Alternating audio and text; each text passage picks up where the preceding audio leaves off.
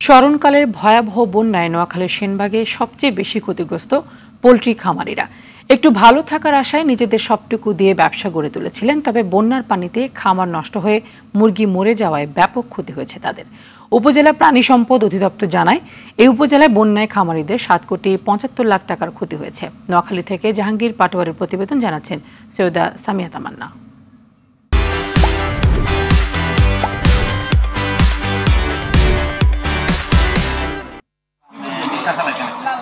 Bank, এনজিওর ঋণ ও ধার দেনা করে পোল্ট্রি খামারের ব্যবসা শুরু করেছিলেন খামারিরা। স্বপ্ন ছিল খামারে উৎপাদিত মুরগি ও ডিম বিক্রি করে স্বাবলম্বী হবেন। তবে এক রাতেই বন্যার পানিতে ভেসে গেছে খামারিদের সেই স্বপ্ন। গেল কিছুদিন আগে নোয়াখালীতে ভয়াবহ বন্যায় সেনবাগে ব্যাপক ক্ষতিগ্রস্ত হন পোল্ট্রি খামারিরা। উপজেলার 9টি ইউনিয়ন ও একটি পৌরসভায় এক রাতে 233টি খামারে পানি ঢুকে মারা গেছে 1.5 কোটি মুরগি। পানিতে ভেসে গেছে খামার। উপজেলা প্রাণী সম্পদ অধিদপ্তর বলছে, উপজেলায় খামারিদের 7,75,00,000 টাকার ক্ষতি হয়েছে।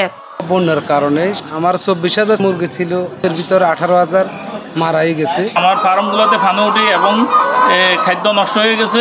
প্রায় আমার 30 লক্ষ টাকার অধিক ক্ষতি হয়েছে। মুরগি বাঁচাতে গিয়ে খামারে মাছা করছি, পরে ছাদের উপরে নিয়েছি, এরপরে আমরা বাঁচাতে পারি না বন্যার পানির কারণে।